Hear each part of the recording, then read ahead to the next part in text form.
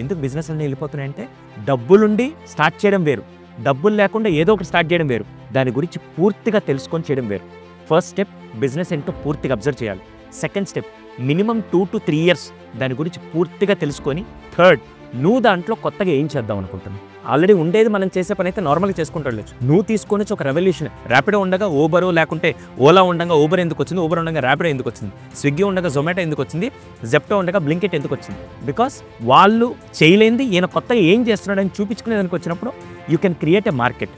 మనం ఏం చేస్తామంటే డబ్బు ఉంది, సేమ్ ఫ్రాంచైజ్ తీసుకొని ఏదో ఒకటి తీసుకొని పెట్టేద్దామని విధంగా వెళ్ళే దాంట్లో అయినా ఫస్ట్ దాని గురించి పూర్తిగా తెలుసుకొని minimum 2 to 3 years me time invest చేయండి. డబ్బు ఇన్వెస్ట్ చేసే ముందు టైం ఇన్వెస్ట్ చేయండి. దెన్ డెఫినెట్లీ కనీసం కొంతలో కొంత లోటుపాట్లు లేకుండా నిలబడగలుగుతారు. ప్రతి ఒక్కరు లైఫ్లో హ్యాపీగా ఉండాలని చాలామంది కోరుకుంటారు. అసలు మనం హ్యాపీగా ఉండాలంటే ఎలాంటి విషయాల్ని మన మైండ్కి తీసుకోవాలి, ఎలాంటి విషయాలను వదిలేయాలి సార్? చాలా మంచి క్వశ్చన్ అండి.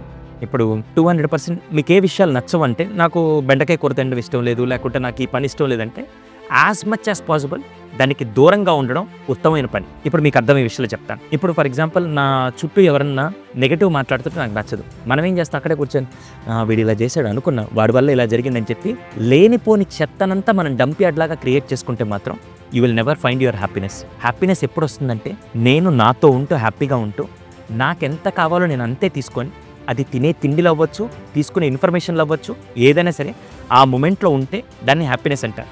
కానీ ఇక్కడ ఏమవుతుంది తెలుసా, అనవసరంగా వాళ్ళ ఫ్రెండ్స్ మధ్య ఇలా గొడవలు అయ్యాయని చెప్పి పనికిరాని విషయాలన్నీ తీసుకొని మైండ్లోకి ఎక్కించుకుంటూ మైండ్ని డస్ట్బిన్గా మార్చుకుంటూ ఉంటే మాత్రం you can't be happy anywhere in this place. మనం ఏం చేస్తామంటే ఇప్పుడు చిన్న చిన్న ఆర్గ్యుమెంట్స్ రాగానే వాడు ఇలా అన్నాడు, వాడు ఇలా చేశాడు, ఇది ఇలా అయ్యింది అని చెప్పి దాన్ని క్యారీ చేస్తూ ఉన్నాం అనుకోండి. ఫర్ ఎగ్జాంపుల్ నాకు ఒక పర్సన్తో గొడవైంది, మేబీ నాకు అతనికి ఒపీనియన్ మ్యాచ్ అవ్వలేదు, అంతే కదా, ఇద్దరం ఒకే ఫ్రీక్వెన్సీలో ఉండాలి, ఇద్దరు ఒకే ఇష్టాలు ఉండాలి, ఏం లేదు, నాకు అతనికి మ్యాచ్ అవ్వలేదు, okay thank you so much అని చెప్పి వదిలేదు.